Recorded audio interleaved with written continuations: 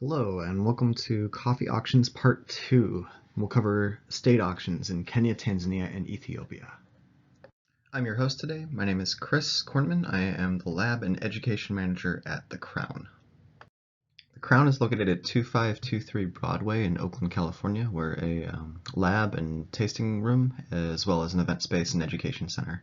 You can read more about us online. Royal Coffee is the parent company of The Crown, family-owned and operated importer in business since 1978 in the Bay Area. And you are on our website right now. We'll be spending the duration of this session diving deeply into state-run auctions in Kenya, Tanzania, and Ethiopia. First up is Kenya. For better or for worse, Kenya's auction system remains a recognizable and important part of the country's coffee trade. Coffee was introduced to Kenya by the British colonizers from Ile Reunion as early as 1893, but it wasn't until the 1930s that the indigenous people were empowered to grow coffee on their own lands. Prior to 1934, most coffee plantations were owned by the British and were forced labor camps where Kenyans worked as slaves. Advances in the 1930s included the establishment of the Coffee Board of Kenya in 1931 and the first auction in 1935. In 1944, cooperatives were institutionalized, requiring smallholders possessing 5 acres or less to participate, a move that weakened the smallholder standing as the Coffee Board's members were mostly estate owners. However, in 1963, Kenya gained its independence from England and plantation land was nationalized and redistributed. Cooperatives were empowered and nearly $4 million were provided in loans for the expansion of processing capacity and building new washing stations called factories in Kenya. While many of these loans unfortunately resulted in indebted groups, cooperatives and cooperative unions that persisted remain an important part of the coffee supply chain in Kenya to this day, first surpassing estate production volume in 1978. Today, approximately 75% of Kenya's coffee lands are farmed by smallholders, but they only account for about half of its annual 50,000 metric ton production volume. The Kenyan government recognized the importance of the nation's agricultural sector and put a priority on economic growth through export. In the same year as its independence, Kenya mandated weekly coffee auctions as the vehicle to achieve these goals. The auction is known now, as it was then, the Nairobi Coffee Exchange. The auction, generally speaking, has been successful at achieving the goal of promoting high prices for coffees in Kenya and buffering the instability of prices fluctuating on the whims of the futures market. Kenya coffee is physically and sensorial graded prior to auction, and many of the auction coffee lots are traceable down to the local washing station operated by a cooperative. The NCE is often viewed by neighboring countries as an example to follow. Its prices are regularly among the highest pound for any weekly coffee auction anywhere in the world. After 30 years of status quo, the NCE went under some major changes starting in the 1990s. 2 major financial factors were responsible for the changes. First, the breakdown of 1989's International Coffee Agreement caused a global coffee price crisis. Not long after, in 1991, political corruption precipitated the first of what would be many suspensions of international aid to Kenya. In response, Kenya's government attempted to improve its standing with the World Bank and reinvigorate its internal coffee market in the 1990s by privatizing auctions, permitting international participation in the Nairobi Stock Exchange, allowing smallholders to choose which factory to sell their coffee cherry to, and limiting the role of the Coffee Board to regulation rather than marketing. This last point is not insignificant. The marketing of coffee to the auction can have a role in determining physical and sensorial grade, setting a minimum price, and even deciding who may bid on the coffee. However, even today, not everything works exactly as it should. A strict set of regulations controls who can mill, trade, warehouse, market, and bid on coffees in the country. It's a good idea, but with problematic execution, as the independent marketing agents who bring coffee from the cooperative factories to the auction are frequently working towards the interest of millers, or worse, bidders at the auction, who in turn may be agents for importers despite rules prohibiting this practice. This creates an obvious conflict of interest and puts at severe distance and disadvantage the smallholder farmers who have little or no way of keeping track of how their coffee is handled in this convoluted system. To the NCE's credit, there have been attempts to circumvent this avenue of corruption. Prior to 2002, the Coffee Board of Kenya was run by owners of large estates and was also the sole marketing agent for smallholder-produced cooperative coffees, which were bid on at auctions. In 2002, CBK was restricted to a regulatory role, and 6 independent agents were approved Since 2006, room's been made for an additional 25 such agents, but it's unclear if the full number are actually currently active. Further complications have arisen as a result of export industry consolidation. A small handful of international trading houses control the lion's share of the auction volume. By one report in 2011, 76 traders were licensed in Kenya, but only around 5 were actually active. This has caused predictable clamors of collusion regarding prices. And regardless of the truth of that or not, the massive scale of purchasing power of these corporations creates an imbalance at the negotiating table. In the 2000, researchers also noted in a 2008 paper published by Harvard Business School that while in 1975 an individual Kenyan farmer could expect to reap around 30% of the auction price, by the year 2000 the figure was down to 10%. In 2014, Nyeri County's best-paying cooperative dealt out a pathetic 75 Kenyan shillings per kg to its member, which is roughly 34 cents per pound.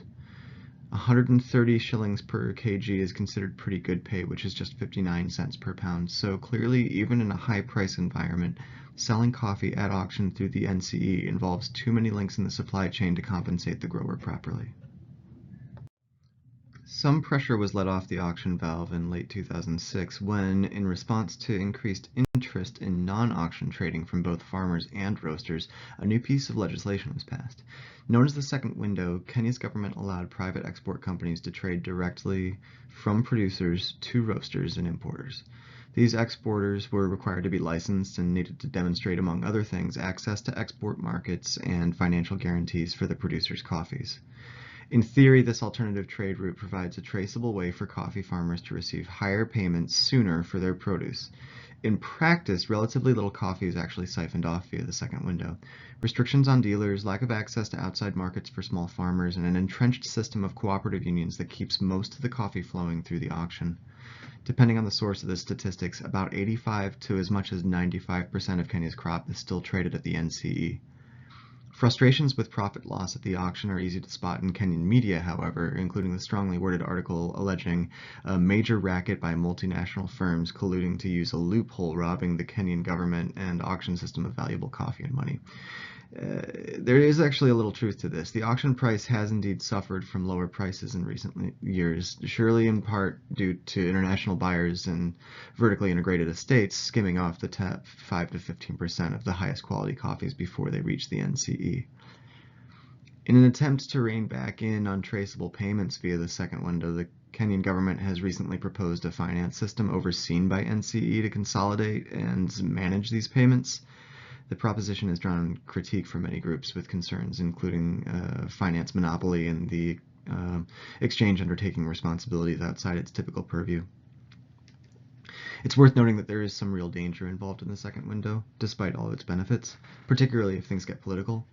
An exceptionally spectacular example of this risk gone awry occurred in 2014 when Nyeri's governor held the county's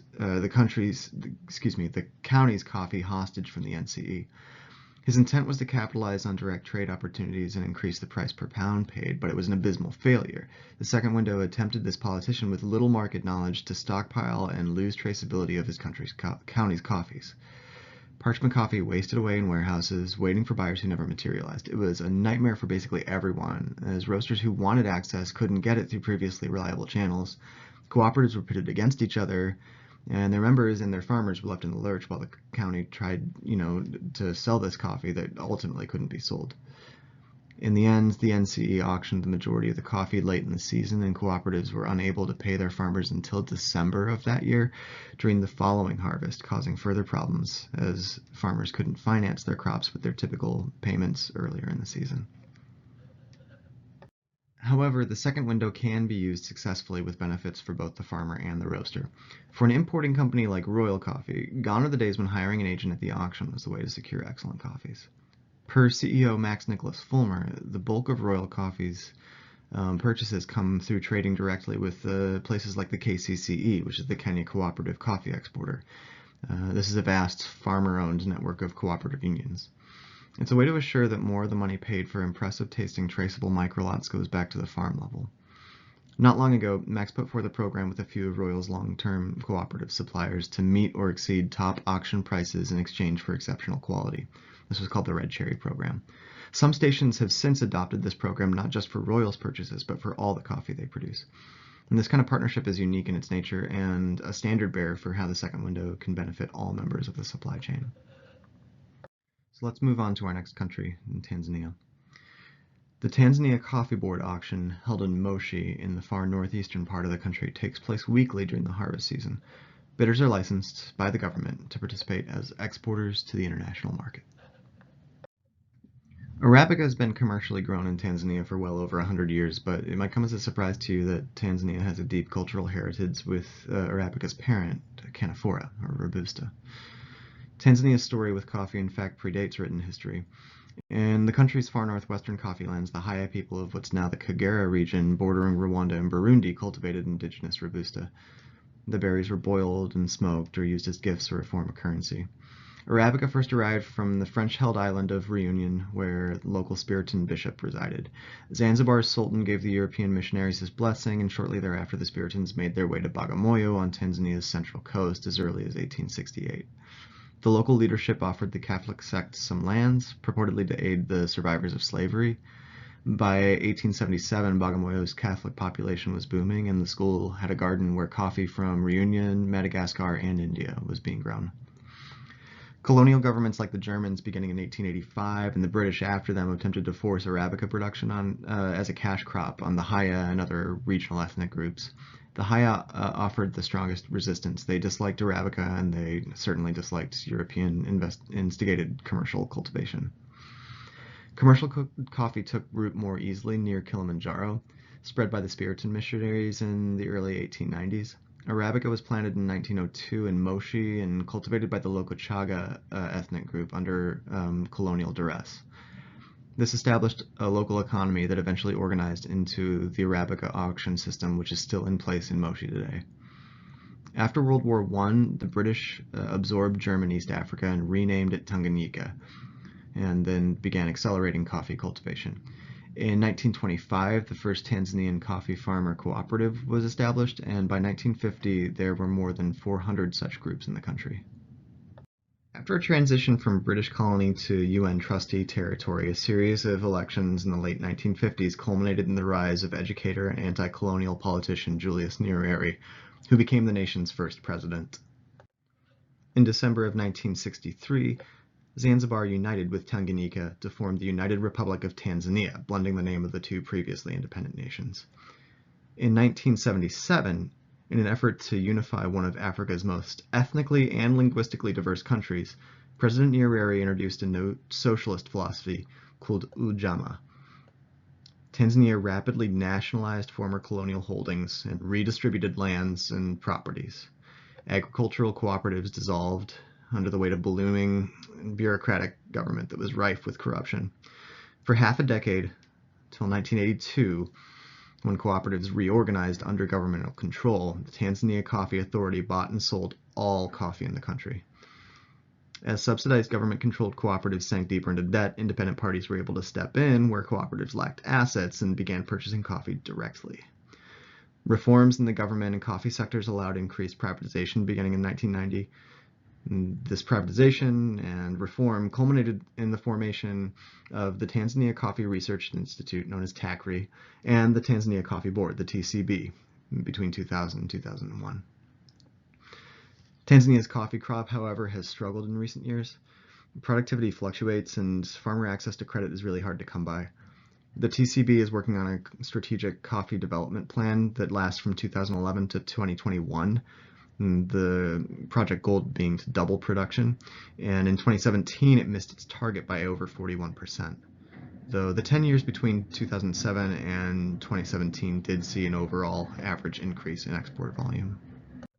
The modern auction in Tanzania remains in Moshi to this day in the far northeast and is run by the TCB.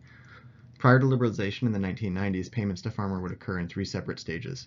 Once for parchment delivery, again a premium for cup quality, and then a third payment if the auction price was underestimated. In the old system, auction prices were reflective of quality and demand and created a degree of price transparency to the farmer. However, until the auction was complete, the entire market risk also rested on the farmers' shoulders. They bore the brunt of unpredictable swings in market prices and inefficient export logistics. By the mid-90s, much of Tanzania's coffee, particularly that which was produced by smallholders, was actually being purchased in full by independent brokers and exporters before it ever reached the auction. In this liberalized market climate, the auction no longer served as an efficient price discovery mechanism. Growers faced the double-edged sword of a lack of market knowledge and the resulting unevenly balanced negotiations on one hand, with the possibilities for immediate cash payment for their product on the other, which left them in a really unsavory situation. Interestingly, the coffee, even when it was being purchased directly, still moved through the auction in Moshi. Exporters would have to bid on their own coffees and repossess what was already theirs. In a rare bidding war between exporters, the high prices didn't actually even matter because the exporter was simply going to be paying themselves for their own coffee. The auction was effectively broken. As failing co-ops disbanded, farmers formed loose farmer-producer groups, known as FPGs, to sell their coffee to whomever came to call. Without a reliable auction price, distrust for parchment payments was rampant, and loyalty to a trader more or less non-existent. And then, all of this changed in the blink of an eye in January of 2018. Over 90% of Tanzania's coffee is grown by smallholders, and as of 2018, all smallholders are required to be cooperative members who contribute their coffee directly to the auction. On January 14, 2018, Tanzania's Prime Minister dissolved the Tanzania Coffee Development Trust Fund, claiming that it was redundant and depriving farmers of their money. At the same time, he directed the revocation of all licenses for traders purchasing coffee directly from farmers, and reinstated the cooperatives, and mandated that all coffee be purchased by exporters through the auction, effectively eliminating the possibility of direct trade from farmer to exporter. The idea was to eliminate smuggling, particularly of Robusta. Numbers floated by some government officials suggested that up to 60% of Robusta was crossing the borders illegally, but there's also motivation to return higher profits to small farmers. But the execution here was inherently flawed, as bureaucrats rather than industry experts were charged with changing the systems. What followed was just chaos. Cooperatives were left with little time to prepare for the upcoming harvest, and multinational and private buyers completely pulled up roots, abandoning their washing stations and dry mills in some cases. Coffee dried on the trees, coffee arrived late to auctions and markets.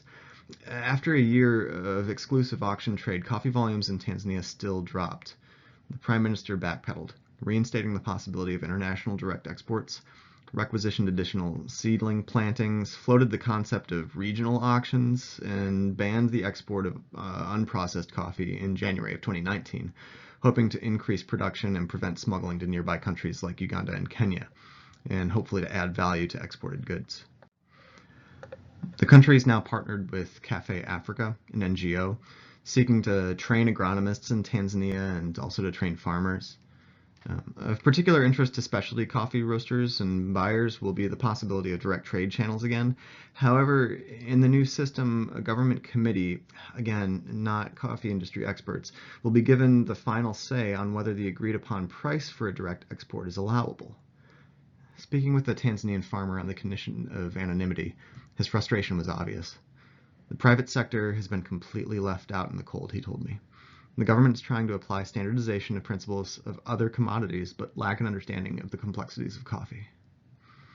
This farmer is lucky. He runs a sizable estate, which to some degree has been insulated from the whiplash decisions affecting smallholders. However, even for him, the new laws have had a huge impact.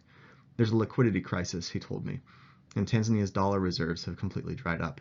We're hit with nuisance taxes as businesses are heavily scrutinized and foreign aid is pulled out. Restrictions on available fertilizers and pesticides means that estates looking to modernize or improve yields lack access. Coffee growers face an uphill battle. With coffee prices in a sustained crisis on the world market, even a national auction and agronomy improvements cannot elevate the profit enough for some farmers. To quote the farmer again, you have to pick which side of the market, volume or quantity, and not everyone can do that. In this difficult market, coffee growers are prone to abandon the crop. Among the rising stars of East African agricultural imports is the avocado. Farmers are reporting profits up to 10 times higher using the same land that they used to grow coffee. Due to coffee's current market price and the avocado tree's high yields and low maintenance cost, Less than 10 mature avocado trees can equal the income of up to 500 coffee shrubs. In February of 2019, one of Tanzania's largest avocado exporters, Africado, secured an additional 2.5 million euros to scale up. The future of coffee in a crashed market with a pending avocado boom just seems bleak. What remains for Tanzanian coffee farmers in many ways is sadly representative of what is happening in much of the rest of the globe. Smallholders remain disconnected from both support structures and the consumer market. Government overreach and even the work of NGOs more frequently serves to reinforce existing power structures than it does to undermine them. And all the while, changing climate, reductions in arable land as rare earth minerals are mined and sold to foreign investors, and the dark cloud of catastrophically low Arabica futures prices loom on a rapidly approaching horizon. Farmers in Tanzania, as with the rest of the globe, need to achieve a profit after the cost of production of coffee, or they will either abandon the crop or turn to something that's better suited for making a living. Many smallholders and subsistence farmers may also need some basic financial education to improve their ability to invest in these farms smartly and to save for the future. Ongoing research also must continue and accelerate. Yet, equally important is the dissemination of that information. If technology emerges but is unavailable, then of what use is it?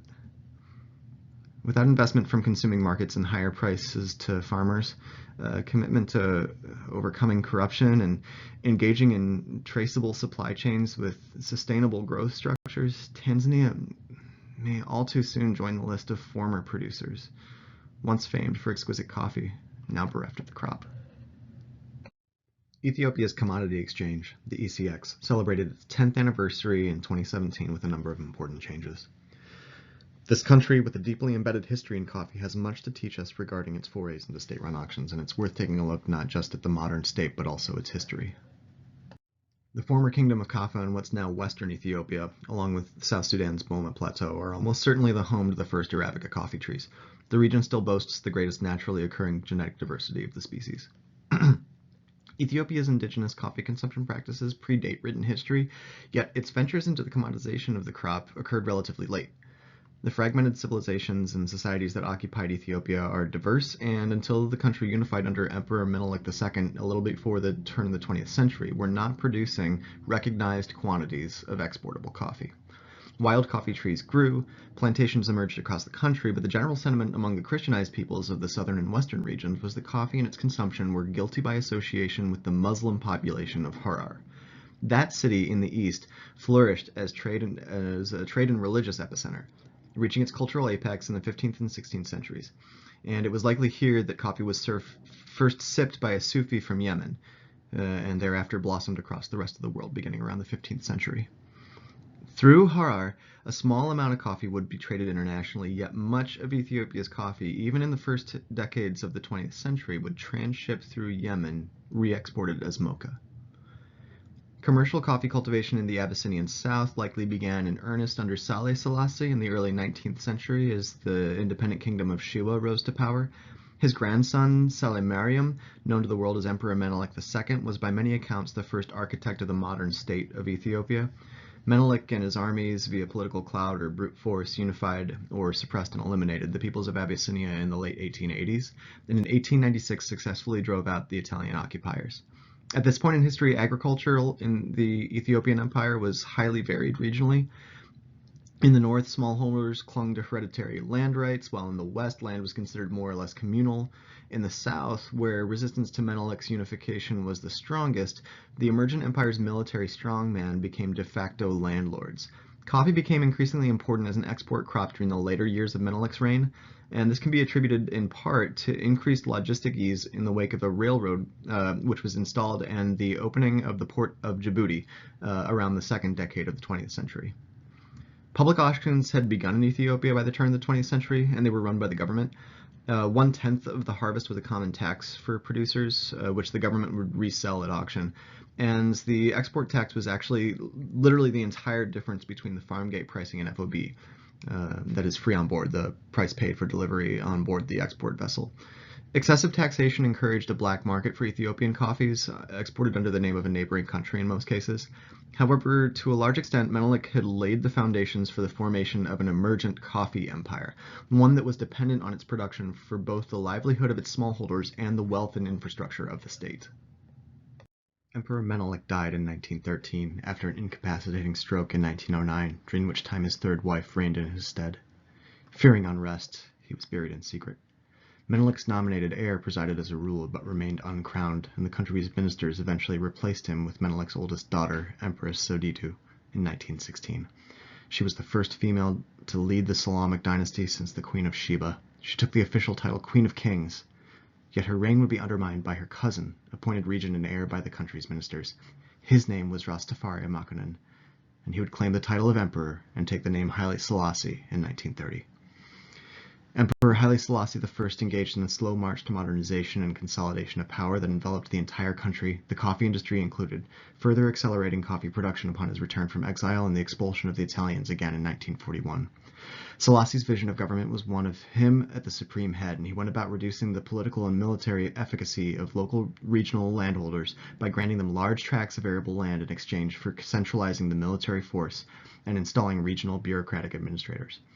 Poor smallholders, however, were squeezed by virtue of the unchecked economic rivalry of the large estates, and nomadic peoples were forced from their traditional regions or into servitude. Instead, the wealthy landowners flourished, and Ethiopia grew into a coffee-producing powerhouse. During the 1930s and 40s, Ethiopia's annual production volume averaged between 9,000 and 17,000 metric tons.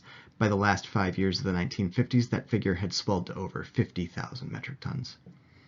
Growing equality reached critical mass in 1973, when the Wollo famine, largely ignored and covered up by the government and Haile Selassie, claimed 300,000 lives. Inaction in the face of a food crisis catalyzed a communist revolution, and the following year would be Selassie's final as King of Kings, ending an empire spanning 7 centuries. The Derg, a council of 120 elected military officials, toppled the crown and ruled for the next 15 years, until the next major famine precipitated the end of Ethiopia's communist civil war period. The Derg were critical in reshaping the agricultural landscape by redistributing much of the large estate land to smallholders, to the extent that today 95% of the nation's coffee is grown on privately owned plots of 2 hectares or less. It's worth noting here that much land in Ethiopia is still viewed as communal. The government owns the land while citizens lease it for use.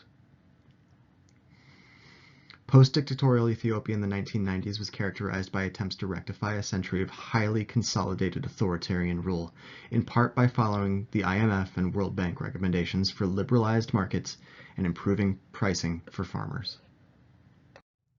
For most of the 20th century, daily auctions were common in both Addis Ababa, accounting for about 80% of the auctioned coffee, and also in Dire Dawa, close to Harar, where bowls of several kilograms of each coffee batch up for sale were displayed in auction rooms with information in the growing area. Much like in Tanzania, these old auctions were corrupt, and traders would frequently bid on their own coffees. High taxation rates during Selassie's reign and the Derg Authority resulted in heavy smuggling through various other countries. The liberalized market in the 1990s dissolved the Ethiopian Market Corporation, which had previously controlled more than 80% of the country's coffee trade, into 2 public companies, both of which eventually disbanded and were replaced by private export companies that bid for coffee at auction. Other reforms included abolished quotas and reducing and consolidating tax codes to discourage smuggling. Traditionally, smallholders would sell their coffee locally to licensed collectors called sebsabis, who in turn would sell licensed warehousing suppliers, akrabis, who brought the coffee to the auction to be graded physically and sold to exporters. In the late 1990s and early 2000s, Ethiopia began to tinker with direct trade for the first time, allowing private sales from farms and cooperatives to the akrabis, and occasionally to private exporters. Around this time, Ethiopia's well-known cooperative unions began to form. Oromia in 1999, followed by Sidama, Yirgacheffe, and Kafa. To the degree that cooperatives and their umbrella unions are able to process members' coffees, they have the added benefit of clipping some of the collectors and suppliers from the supply chain, potentially providing higher prices to farmers. Sebsabis remain important, however, to deliver cherry, though they were not directly responsible for purchasing coffee. Rather, cooperative leverage for negotiations and local agronomic support for smallholder-produced coffee became realities under the emerging systems. Still, the nation's smallholders and private traders remained out of the loop in the broader international market. Price discovery mechanisms functioned poorly, logistics were both risky and difficult, and a convoluted exchange system remained in place with minimal entry points for farmers into international markets. After about a decade of experimenting with free market options, Ethiopia doubled down on the auction platform in 2008 with the launch of the Ethiopian Commodity Exchange, the ECX. One of the ECX's primary architects and its first CEO was economist Eleni Gabri-Marin, a PhD who left a prominent position at the World Bank and offered to systemize the commodity exchange with the stated purpose to, quote, build the needed institutions from the ground up for grading and certifying quality, issuing warehouse receipts, trading, relaying market information to all actors, enforcing contracts, and ensuring payment and delivery, end quote. The scope of the project was ambitious, to say the least. As a country frequently beset by droughts that sparked mass famine, a major contributing factor to the disasters involved non-integrated, highly localized trade markets that restrict the availability and flow of necessary goods. The ECX seemingly offered a concise solution to this complex problem in Ethiopia by providing systems that facilitated the trade and movement of foodstuffs like grains and sesames. This was its primary purpose, at least at first. The ECX did not initially integrate coffee into its systems when it launched in May of 2008. Those dealing in sesame and grains, whose trade the ECX had been designed to facilitate, were distrustful or ignorant of the new sophisticated system and put it to limited use. Coffee, per a government-issued mandate, was forced into the exchange, effectively saving the ECX from collapse in December of that year. A name familiar to many in the specialty coffee industry, Aman Adnu was courted away from his executive role at DHL in January of 2009 to become the ECX's chief of operations. Adnu worked to prevent the ECX from imploding under its own weight, fully overseeing and restructuring warehousing, quality evaluation, and inventory management. It was largely his behind-the-scenes work that established the ongoing success of the auction platform, dramatically increasing the efficiency of logistics and growing the staff from 53 employees to more than 700. Participation on the floor of the exchange is restricted to members who pay a fee at varying rates depending on the level of involvement in the market moves. The initial 100 founding members paid $5,000 to participate, while in 2009 the high bid from an exporter to join the ECX trading floor was over $300,000. In the field, Akrabis, these suppliers, will deliver their coffee to the local ECX warehouse rather than to Addis or Indira Dawa as it was under the old system. They're guaranteed a rate based on real-time trading on the ECX auction floor in Addis, and then it's the risk of the responsibility of the exporter to move the coffee from the local warehouse through processing in Addis into the port after sale. Payment is now frequently delivered electronically via mobile phone. All trading for the first decade of the ECX was spot. That is, the ECX dealt entirely in physical product with no futures trading or hedging. Two key critiques of the exchange arose immediately from specialty coffee buyers. And the first was that coffee sold at the ECX, while graded both sensorially and physically, could not be tasted by potential buyers prior to bidding. The second was related to loss of traceability. The ECX, far more concerned with efficiency than with elevation, variety, and farmer name of a particular lot of coffee, blends deliveries regionally by grade. The local ECX warehouses broke the supply chain between suppliers and exporters, such that it was no longer possible to guarantee coffee from a particular microregion, estate, or a washing station. To a degree, the old corruption in the supply chain had been stymied, but the cost was homogenization. Royal Coffee CEO Max Nicholas Fulmer sums up the impact succinctly on the company's blog. Quote, the long and short of the ECX was that it greatly improved price transparency and has led to higher cherry prices for farmers, particularly over the past few seasons, all at the expense of traceability. The ECX made it technically illegal for an exporter to be both involved at the farm or mill level and involved at the exporting of coffee. Abdullah Bagirsh's famous Misty Valley mill, now called Aricha, had to be sold. Countless ground-level projects were essentially scrapped as exporter involvement and crucial funding dried up. In truth, the only coffees we've been able to buy from Ethiopia with any semblance of traceability below the high-level regional distinctions of Yirgacheffe, Sidama, etc., have come to us through the quasi-governmental cooperative unions, or been the result of cloak-and-dagger tactics by certain less than entirely above-the-board exporters willing to shepherd coffee through the ECX warehouse. End quote. From its outset, the coffee trade at the ECX has been beset by a fundamental disconnect from its highest-paying, most quality-conscious customer base. This has much to do with the outstanding trade deficit and current devaluation of the currency in the country, as the ECX's primary concern has always been bulk commodity, not specialty microlot. However, to their credit, the ECX has proven fluid in its ability to adapt to the request of specialty sector ever since its inception. After a negative reception at the Specialty Coffee Association of America Expo in 2009, the SCAA engaged with the ECX to talk about green grading and traceability. In 2010, the exchange launched a well-meaning but poorly received program called Direct Specialty Trade to allow for the trading of the exchange's so-called certified specialty coffees using ECX to coordinate the price discovery without engagement in the payment and clearing according to a program document. In essence, a select number of licenses were allotted to privately held estates of 35 hectares or more to allow them to trade directly, along with allowances for the cooperative unions to engage in direct trade as well. This enabled a level of specificity and traceability for which buyers had been clamoring. Yet, in mid-November of 2011, the State Minister of Trade initiated a directive to eliminate all standard 60 kg bags and instead bulk load all containers, leading to a month-long crisis that shone a spotlight on ongoing misunderstandings of the market needs. Two major advances occurred in 2015. First, the ECX made an entry into electronic trading. However, the platform exists on site, so the trading floor just to augment the traditional open outcry auction system, so in some ways relatively little has changed other than logging the trades digitally starting at the bid.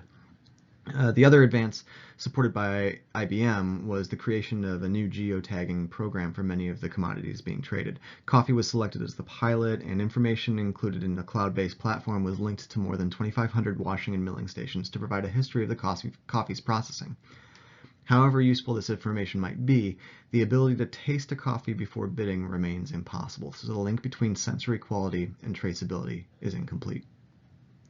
Most recently, a major amendment passed in the summer of 2017 that reshaped the ECX in likely its most dramatic form.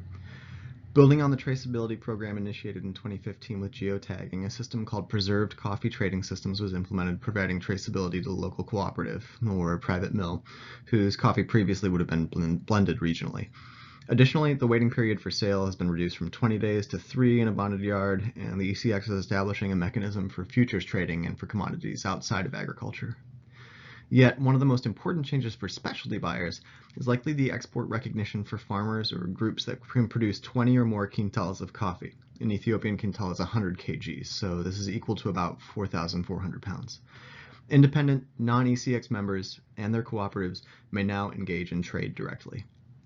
As an example of how this has changed the landscape for smallholder farmers, consider one of Royal Coffee's long-standing single farmer projects with Bidadu Jibichu in Gedeb. For years, Royal purchased Jibichu's coffee through her local cooperative in a one-of-a-kind agreement that gave the company access to single farmer lots.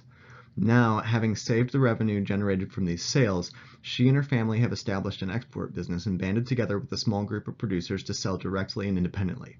It's an example of the evolution of trading coffee in Ethiopia at its most successful, and it hints at the ongoing evolution of the ECX.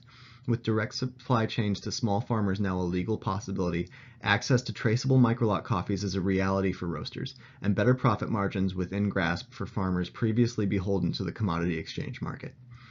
As the newly ratified changes begin to take hold, coffee drinking world waits. Ethiopia and the ECX's important and global coffee marketplace is still developing.